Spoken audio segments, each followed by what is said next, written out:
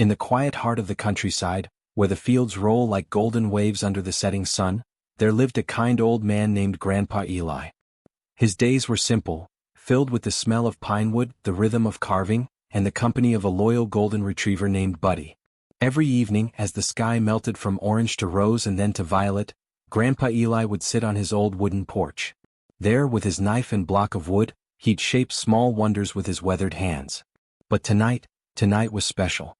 You could tell by the way his hands moved, slower, more careful, as if the wood itself carried something sacred.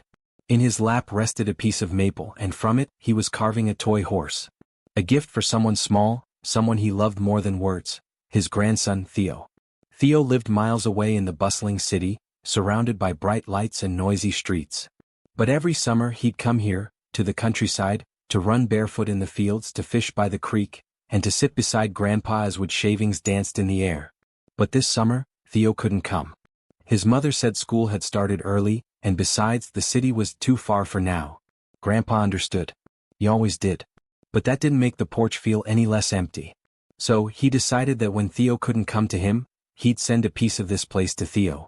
Something made with love, carved by memory, a little wooden horse that carried not just his craft, but his heart. For every child's dream, each curve was a whisper of a memory. The shape of Theo's smile when he first learned to whistle. The way his laughter echoed through the tall grass. The time they'd raced down the old dirt road, Buddy barking behind them, the sun chasing their shadows. And as the fireflies rose from the fields, glowing like tiny lanterns in the dusk, Grandpa smiled softly. Almost done, little man. Almost done. The golden retriever, Buddy, lifted his head, tail thumping lazily against the porch.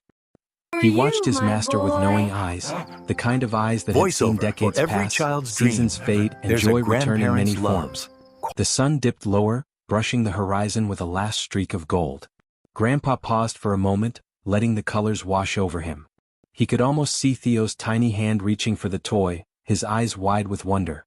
And in that vision he felt young again. When the final detail was carved, the curve of the horse's mane, Grandpa placed the little figure in his palm. It was smooth, shining faintly in the sunset light. He ran a thumb over it and smiled. The air was still. The world quiet. And in that small, perfect moment, everything felt whole again.